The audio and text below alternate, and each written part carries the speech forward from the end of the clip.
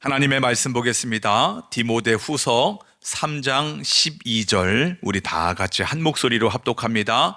무릇 그리스도 예수 안에서 경건하게 살고자 하는 자는 박해를 받으리라. 아멘. 여러분의 요즘 하루하루의 신앙생활이 어떻습니까? 신앙생활 할 만하세요? 괜찮으세요? 아니면 어렵습니까? 힘들어요? 저는 그런 생각이 들어요. 우리의 신앙생활이 참 쉽고도 어렵구나. 왜 쉽냐고요?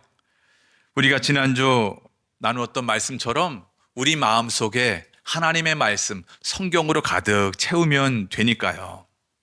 성경에는 하나님의 자녀들이 이렇게 살아라, 저렇게 살아라 라고 하는 그 말씀들이 가득 차 있기 때문입니다. 그래서 성경대로 살기만 해요. 그래서 쉬운 것 같고 간단한 것 같아요. 한편으로는 어렵습니다. 하나님의 말씀 성경대로 살기가 쉽지 않으니까요. 어려우니까 그렇습니다. 우리가 로봇이라면 그냥 그 말씀대로 그대로 복종하면 되니까 쉬운데 우리가 로봇이 아니잖아요. 우리는 상황 속에서 살고 있고 그 상황을 보면서 생각도 하고 느끼기도 하고 판단합니다. 선택을 하게 됩니다. 이런 과정을 겪기 때문에 우리가 이 말씀대로 살기가 참 너무나도 어려운 거죠. 고난 문제가 그렇잖아요. 하나님의 자녀에게도 고난이 다가올 수 있다. 고난이 다가오면 고통을 받을 수밖에 없고 그럼에도 우리는 믿음으로 하나님을 신뢰하는 마음으로 견뎌야 되고 이겨내야 된다. 이것이 성경에서 가르쳐 주는 거잖아요. 이 내용을 모르는 분이 있습니까? 처음 듣는 분 있어요? 아니요. 우리는 수도 없이 이런 말씀을 들었습니다. 근데 왜 우리는 내 삶에 어떤 문제가 닥쳐왔을 때 왜 아직도 마음이 요동을 칠까요? 걱정이 있고 근심과 불안한 마음이 생기는 걸까요? 자연스럽게 하나님에 대해서도 의심하잖아요. 왜 하필 나에게 이런 문제가 생겼을까? 하나님이 왜 나에게 이런 것들을 허락하셨을까? 하나님이 나 사랑하시는 거 맞나? 하나님이 내 아픔을 아시나? 우리는 조금씩 하나님에 대해서도 의심하기 시작을 합니다. 왜 우리가 신앙생활을 오래 했음에도 불구하고 이런 마음이 드는 걸까요? 곰곰이 생각해 보면 나에게 고난이 오면 안 된다라고 하는 내 마음 깊은 곳에 이거 사실 잘못된 생각이잖아요. 이 생각이 계속해서 우리 안에 있다는 거죠. 이런 생각을 할 만해요. 왜? 나는 하나님의 자녀잖아요. 그리고 내가 하나님 앞에 별로 잘못한 것 없는 것 같은데 이런 어려운 문제가 생기니까 이해가 되지 않습니다. 더구나 우리가 섬기고 믿고 있는 하나님이 얼마나 좋으신 분이세요. 여러분, 우리 하나님은 천성이 참 선하신 분이잖아요. 웬만해서는 화를 내지 않으세요. 얼마나 인격적인지 몰라요. 하나님은 그의 자녀라면 깜빡 죽으시는 분이에요. 우리를 얼마나 사랑하시는지 십자가에 달려 죽으시고 부활하실 정도로 그렇게 우리를 끔찍히 사랑하시는 분이에요. 보세요. 내가 그렇게 하나님의 놀라운 사랑을 받는 존재인데 그런 나에게는 절대 힘든 일이, 어려운 일이 생기면 안 된다는 거예요. 여러분의 마음을 한번 들여다보시길 바랍니다. 내 마음 깊은 곳에 이런 마음이 없습니까? 이런 생각이 없어요? 있지요. 있어요. 분명 잘못된 생각인데 안 없어져요. 안 없어져. 버렸다고 생각했는데 문제가 생기고 보니까 여전히 내 마음속에 찰싹 달라붙어 있는 거예요. 그러니 우리의 신앙생활이 여간 힘든 게 아니에요. 여러분, 오늘 벌써 사순절 6번째 주일입니다. 종료주일입니다. 사순절을 지내면서 우리가 예수님의 그 십자가의 사랑, 십자가의 은혜를 계속해서 묵상하고 있습니다. 그러면서 내 삶을 되돌아보기도 하고 내 마음가짐, 내 신앙을 성찰하고 있습니다. 그동안 몇 주 동안 점검을 했어요. 나의 구원 점검해 봤고요. 믿음을 점검해 봤어요. 하나님과의 관계를 점검해 보고 지난주에는 내 마음을 점검해 보았습니다. 오늘 마지막으로 내가 하나님의 자녀로 이 땅을 살면서 이 삶에 대해서 내 삶을 점검해 보는 시간이 되길 원합니다. 본문 다시 한번 읽어볼까요? 시작. 그리스도 예수 안에서 경건하게 살려고 하는 사람은 모두 박해를 받을 것입니다. 우리가 하나님의 자녀로서 어떻게 살아가야 된대요? 내 삶이 어때야 된대요? 경건하게 살아야 된대요. 경건하게. 영어로 가들리. 저는 가들리라는 단어를 좋아합니다. 경건하게. 하나님과 연합된, 하나님께 속한 이런 삶이 어떻게 가능하대요? 그리스도 예수 안에서 내 안에 계신 주님과 하나 되는 거예요. 사랑할 뿐만 아니라 존경해요. 존경을 넘어서 경외하게 되고 또 조심스럽게 내가 하나님의 자녀로서 내가 이렇게 저렇게 살아야 되겠구나 라고 하는 그런 삶이 바로 경건하게 사는 거. 여러분에게 묻겠습니다. 여러분은 이런 경건한 삶을 살고 있습니까? 주님을 깊이 사랑하며 살고 있습니까? 하나님을 닮아가고 있습니까? 하나님을 위해 살아가고 있습니까? 내 안에 계신 주님과 연합하여 함께 살아가는 거예요. 경건하게 살아야 합니다. 주님을 사랑하는 마음으로 주님의 뜻을 위해, 주님의 영광을 위해 살아가야 하는 거예요. 근데 오늘 말씀 보니까요, 그 뒤에 아주 당황스러운 말씀이 붙어 있어요. 경건하게 살려고 하는 사람은 모두 박해를 받는다. 박해를 받는다. 주님을 사랑하면 박해를 받아요. 주님을 위해 살아가면 박해를 받는다는 거예요.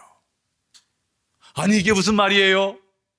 아니, 하나님과 함께하면, 하나님을 위해 살아가면 복 받는다고 말씀을 해야 되는데 왜 예수 믿으면 박해를 받는다 그러죠? 여러분에게 묻겠습니다. 자막을 보세요. 예수 믿으면 복 받는다. 맞는 말이에요? 틀린 말입니까? 어떤 말이에요? 망설이면 안 돼요. 큰일 납니다. 예수 믿으면 반드시 복 받습니다. 여러분 가슴에 손을 얹고 우리 한번 다 같이 고백해 볼까요? 예수 믿으면 복 받는다. 시작. 예수 믿으면 복 받는다. 아멘. 진리예요. 참 진리입니다. 하나님은 복의 근원이잖아요. 복의 뿌리잖아요. 하나님 자체가 복이고 하나님은 복 주시는 분이에요. 그 복 주시는 것을, 하나님의 자녀들에게 복 주시는 것을 기뻐하시는 분이에요. 즐겨하시는 분인 거예요.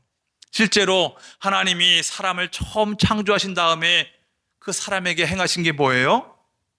창세기 1장 27절 28절에도 말씀하잖아요. 하나님이 하나님의 형상대로 사람을 창조하시고 남자와 여자를 창조하신 후에 어떻게 하셨다고요? 하나님이 그들에게 복을 주시며 이르시되 땅에 충만해라, 땅을 정복하라, 이 세상을 다스려라 라고 말씀하셨잖아요.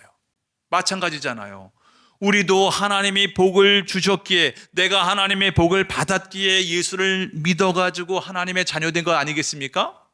또 지금도 하나님께서 계속해서 복을 내려주시기 때문에 하나님의 자녀로 살아갈 수 있는 거예요. 여러분 헷갈리면 안 되는 거예요. 예수 믿으면 복 받는 거예요. 복 받습니다. 반드시 복 받습니다. 여러분 그러면 오늘 말씀은 뭡니까? 경건하게 살고자 하면 박해를 받는다.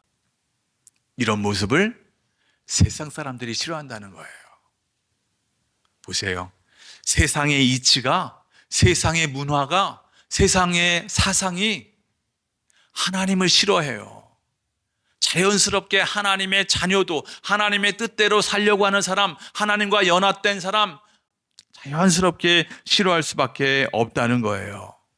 여러분 그래서 실제로 우리 삶에서 이 신앙 때문에 가정에서 불화가 생기는 경우도 있잖아요. 직장에서, 사업장에서 여러 가지 불이익을 당할 수도 있어요. 이 사회를 보세요. 우리 대한민국 사회를 보세요. 물론 종교의 자유가 있어서 겉으로는 대놓고 불이익을 줄 수가 없어요. 그러나 은근히 예수 믿는 것 때문에, 교회 다니는 것 때문에 불이익이 있을 수 있지요. 왜 없겠습니까? 물론 성경에서처럼 또 우리 지나간 수없는 교회의 역사를 보면 순교를 당하거나 박해와 핍박이 있는 거, 뭐 그 정도는 아닐지언정 분명히 이런저런 불이익을 당할 수가 있습니다. 그래서 저는 오늘 본문을 이렇게 이따금씩 묵상할 때마다 사도신경이 떠올라요. 여러분 이런 거 생각해 보셨습니까? 우리가 주일날 매 예배 때마다 암송하는 게 두 가지가 있잖아요. 주기도문과 사도신경. 근데 이 두 개 중에서 주기도문은 신약 성경에도 기록되어 있고요. 예수님이 직접 제자들에게 이렇게 기도해라 라고 가르쳐 주신 말씀이에요. 기도해요. 그러니까 중요성을 알겠어요. 근데 사도신경은 성경에도 안 나와 있고 도대체 뭐 예수님이 말씀하신 것도 아닌데 왜 굳이 예배 때마다 계속해서 이 사도신경을 고백해야 될까? 사도신경이 뭐길래? 사도들의 신경이구나. 신경은 신조, 신앙 고백이라는 거예요. 그러면 사도들의 신앙 고백, 예수님의 12제자의 신앙 고백문이구나 라고 우리가 단순히 이해할 수 있습니다. 예수님의 12제자들이 한 구절씩 만들었다고 해서 그렇게 주장하는 사람들도 있어요. 그러나 대부분은 그렇게 생각하지 않습니다. 보통 이 사도신경이 언제부터 시작됐을까? 아마도 2세기쯤 초대교회 성도들이 사용했을 것이고 지금 우리가 고백하고 있는 이 사도신경과 비슷한 형태가 나타난 때가 아마도 6세기에서 7세기 정도 될 것이고 아마 확정된 것은 8세기쯤 됐을 거다. 그리고 12세기쯤에 실제 교회에서 공식적으로 인준을 하게 되죠. 그러니까 이 사도신경은 어느 한순간에 딱 만들어진 게 아니에요. 사도들이 만든 것이 아니에요. 수백 년에 걸쳐서 교회 공동체가 계속해서 만들고 고백하고 다듬어져 온 이 값진 유산이라고 이야기할 수 있는 겁니다.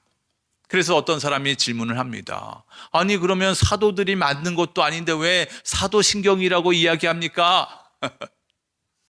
사도신경은 분명 사도들로부터 신앙을 이어받아서 수백 년의 그 교회 공동체가 만들어온 신앙 고백문이에요.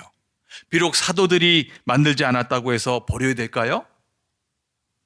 그 내용이 더 중요하지 않을까요? 사도신경의 내용을 가만히 들여다보면 당시에 그 성경 속의 사도들이 인정하고 고백하고 가르치고 선포했던 그 복음의 진리와 근본적으로 일치하는 것을 봅니다. 이런 점에서 사도신경으로 풀릴 수 있는 것이죠. 비록 사도신경이 성경에는 없습니다. 그러나 우리 기독교 신앙의 가장 기본적인 표준 교리라고 말할 수 있는 거예요. 교회의 역사 속에서 수많은 성도들이 이 사도신경으로 교육을 받습니다. 그리고 이단을 막는 용도로 사용을 했습니다. 실제로 이단들이 이 사도신경을 고백하지 못하잖아요. 이 사도신경이라고 하는 그 단어만 봐도 잘 이해할 수 있습니다.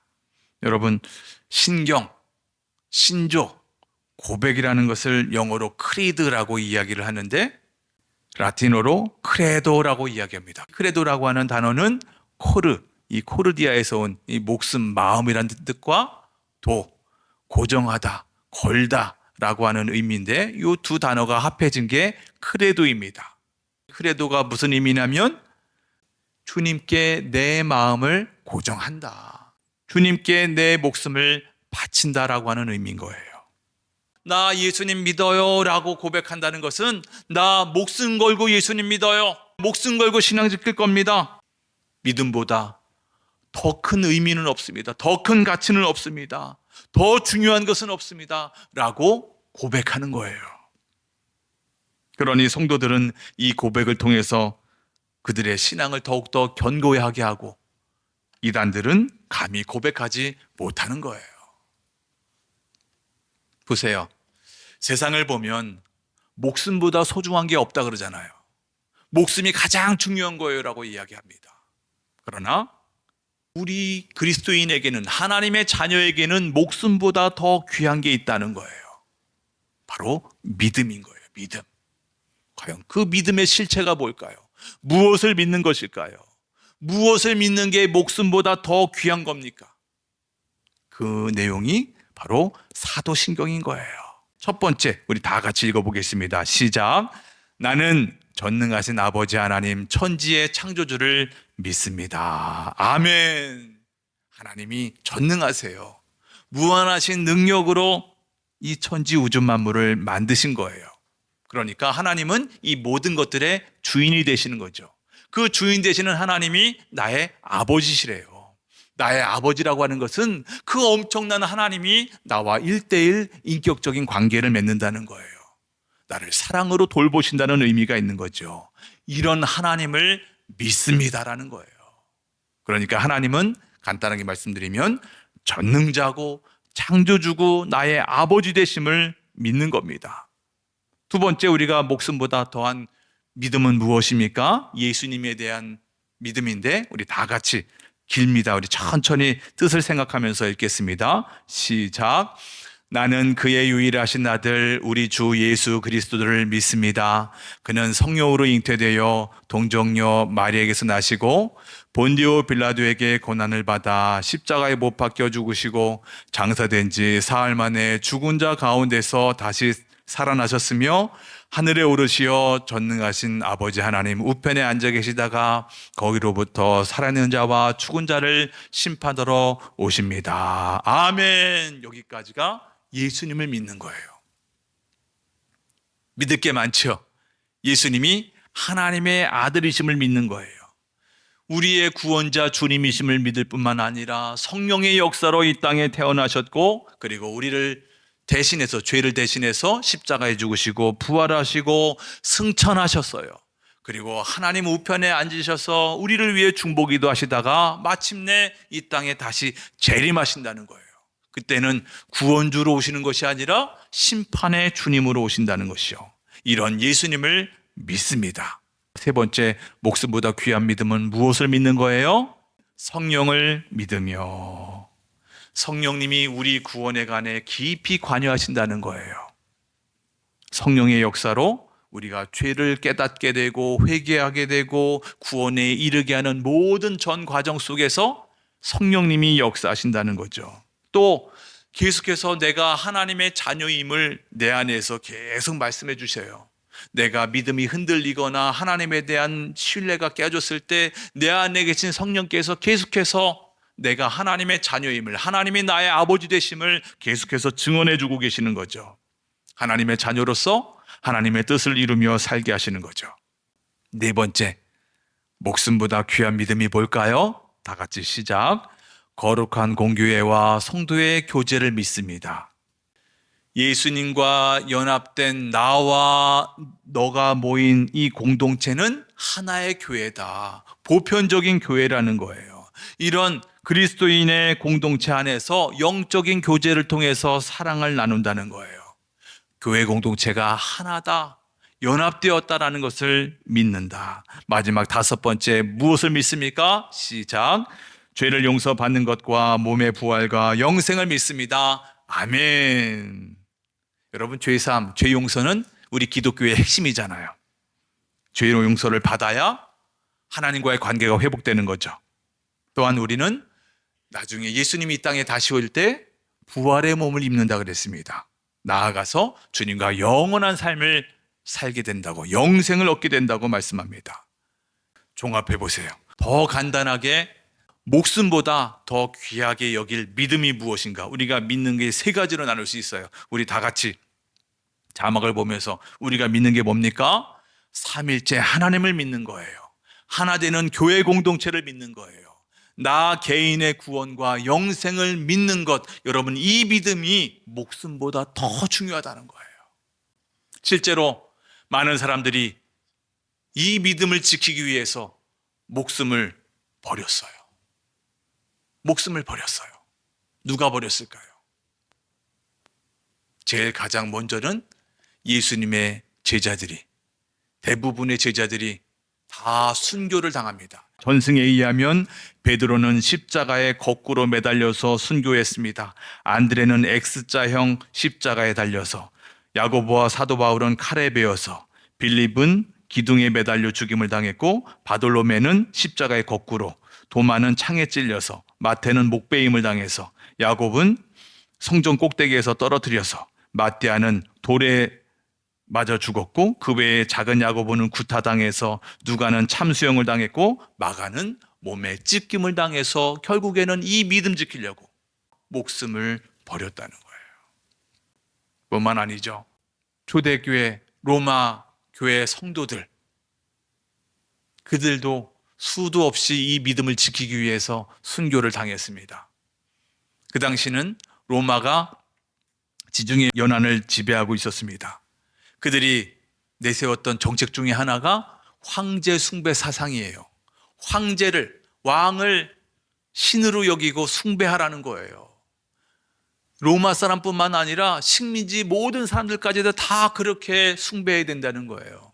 이게 문제가 되잖아요. 우리 기독교는 오직 하나님만이 참신인데 어찌 사람인 그 황제를 숭배할 수 있단 말입니까? 어찌 그에게 절을 할 수가 있어요? 못하지요. 그러니 어쩔 수 없이 자연스럽게 이 로마가 압제를 하는 거죠. 박해를 하는 거죠. 그러니까 그 당시에 기독교인이 된다는 것은 박해와 시련을 각오하는 거였습니다. 사진을 보세요. 원형 경기장에서 사자에게 몸을 찢겨 죽는 겁니다. 왜 수많은 사람들 앞에 이런 광경을 보여주겠습니까? 봐라, 저렇게 황제를 숭배하지 않으면 예수 믿으면 저렇게 된다. 본보기 삼으려고 저 성도들이 저렇게 가운데 몰려서 며칠 동안 굶주린 사자 앞에 내놓게 되는 거예요. 더 처참한 것은 이 사람들이 찬양하면서 그렇게 사자의 밥이 돼서 몸이 찢겨 생명을 거두었다는 거예요. 목숨을 잃었다는 거예요.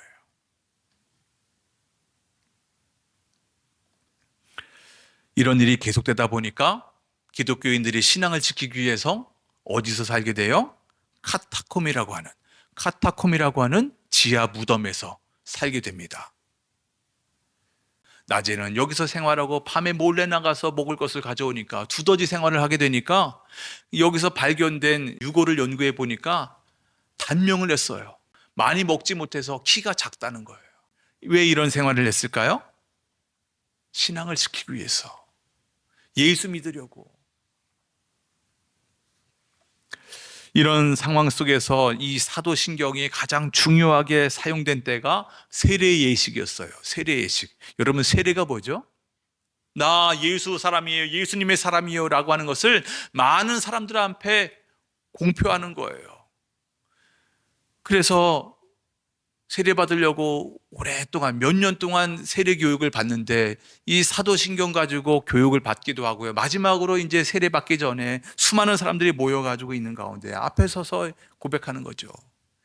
하나님이 누구시냐고요? 예, 창조자이시면서 전능자이시고 나의 아버지 되십니다. 예수님은 누구십니까? 하나님의 아들이에요. 나의 구원자 주님이세요. 나의 죄를 위해 십자가에 주시고 부활하셨을 뿐만 아니라 하늘로 승천하셔서 나를 위해 중보고 기도하시고 이 땅에 심판자로 다시 오실 것입니다. 재림하실 것입니다. 그 하나님 믿습니다. 나는 목숨 걸고 이 신앙 지킬 겁니다. 믿습니다. 그렇게 고백한 다음에 세례를 받는 것 아니겠습니까? 그러니까 당시에 사람들 앞에서 세례 받는 것 그 자체부터 이미 목숨을 각오하는 거예요. 보세요. 예수 믿고 예수님 사랑하고 예수님을 따르는 그 신앙 때문에 내 인생의 모든 것들을 포기할 수밖에 없는 거예요. 그러니까 내 목숨보다 더 귀한 게 이것을 믿는 믿음, 예수를 믿는 믿음이 더 중요하다는 거예요. 예수님 믿기 때문에 우리 인간으로서 누려야 할 기본적인 권리, 어떤 자유나 인격이나 삶의 권리도 박탈당했습니다. 취직도 잘 안 돼요. 어쩌다가 취직해서 내가 그리스도인이라는 것이 발각이 되면 잘리게 됩니다. 일자리도 잃게 됩니다. 철저한 자기 부인이 있어야만 예수 믿을 수 있는 거예요. 내 십자가를 지어야만 믿음을 지킬 수 있는 것이고 예수 그리스도를 따를 수 있는 거예요. 그러니까 당시의 신앙이라고 하는 것은 이론이 아니에요. 입술의 고백만이 아니에요. 실제 삶인 겁니다. 그래서 누군가는 말했어요. 믿음이라고 하는 것은 두 가지다. 하나는 입술로 진심으로 고백해야 되는 것이고, 그리고 나서 행동으로 보여야 하는 거다. 직접 나의 삶으로 보여줄 때 그 믿음이 진짜라는 거예요. 여러분은 예수님을 믿습니까?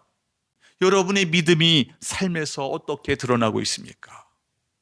어떤 모습으로 여러분의 믿음이 드러나고 있습니까?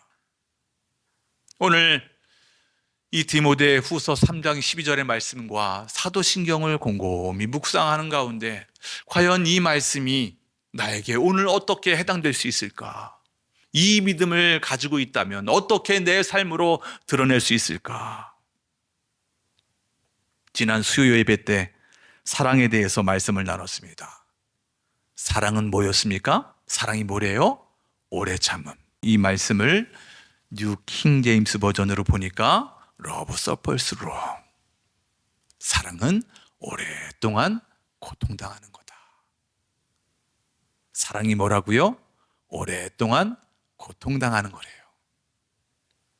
원래 사랑이라고 하는 것은 기쁘고 즐거워야 되는 거잖아요. 주님도 우리를 얼마나 사랑하시는지 뭐래요? 기쁨을 이기지 못하신다. 우리를 얼마나 사랑하시는지 우리 주님의 입가에 미소가 끊어지지 않는 거예요. 기쁨을 이기지 못하신다 그래요. 근데 이 말씀 보니까요, 기쁨의 사랑뿐만 아니라 사랑에는 아픈 사랑도 있대요. 아픈 사랑. 그것도 오랫동안 고통당하는 사랑이라는 거예요. 예수님도 그러셨어요. 오늘 종려주일이잖아요. 예수님이 십자가에 달리시기 위해서 예루살렘으로 입성을 하시는데 수많은 사람들이 호산나 호산나 다윗의 자손이여 호산나 부르면서 우리를 구원해 주십시오. 예수님이 어떻게 반응하셨겠습니까? 같이 두 손 들고 할렐루야 할렐루야 맞장을 쳤겠습니까?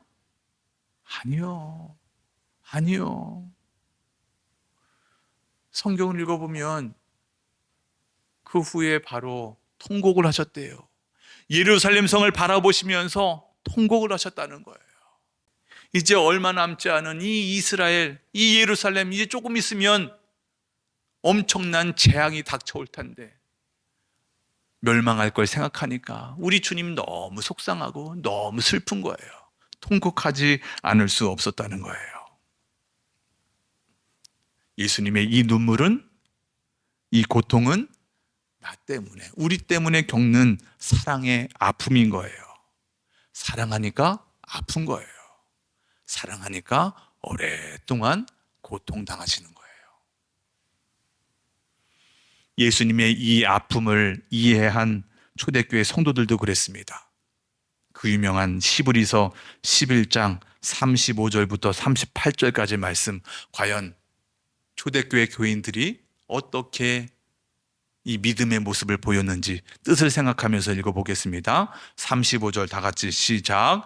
여자들은 자기의 죽은 자들을 부활로 받아들이기도 하며 또 어떤 이들은 더 좋은 부활을 얻고자 하여 심한 고문을 받되 구차히 풀려나기를 원하지 아니하였으며 또 어떤 이들은 조롱과 채찍질 뿐만 아니라 결박과 옥에 갇히는 시련도 받았으며 돌로 치는 것과 톱으로 켜는 것과 시험과 칼로 죽임을 당하고 양과 염소의 가죽을 입고 유리하여 궁핍과 환난과 학대를 받았으니 이런 사람은 세상에 감당하지 못하느니라. 그들이 광야와 산과 동굴과 토굴에 유리하였느니라.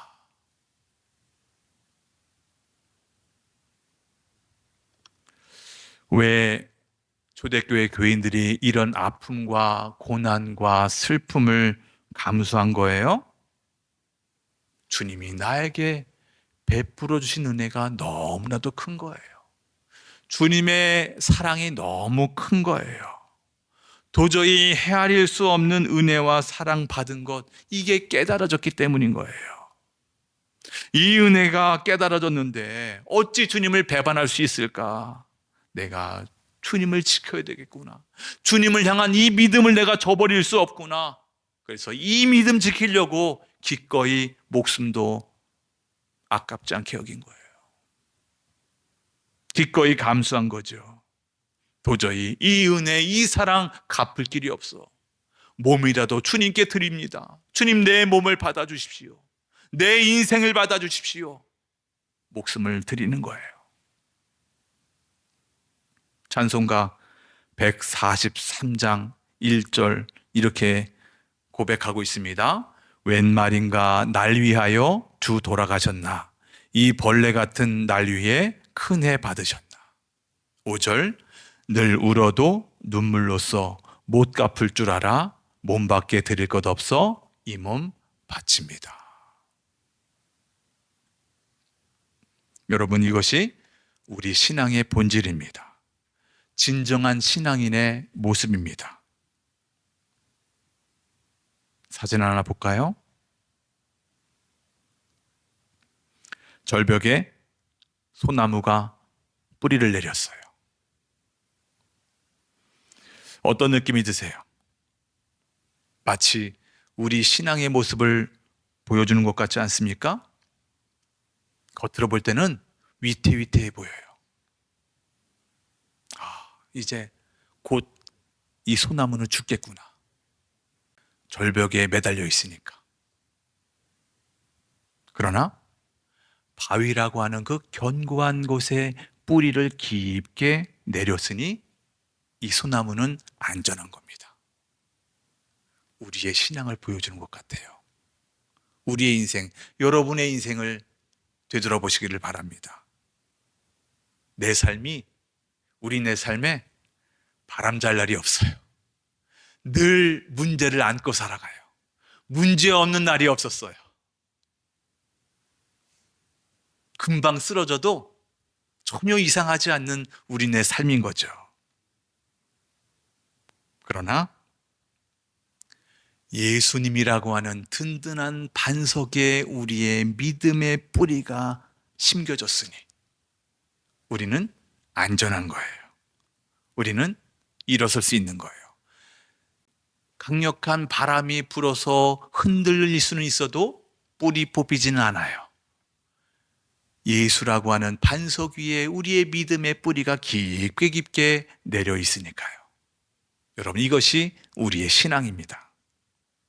이제 사순절 마지막 한 주일 고난주간이 시작됐습니다. 내 삶을 되돌아보면서 반석이신 주님께 우리의 믿음의 뿌리가 더 깊게 깊게 내려지는 그런 복된 일주일이 되길 주의 이름으로 축복합니다.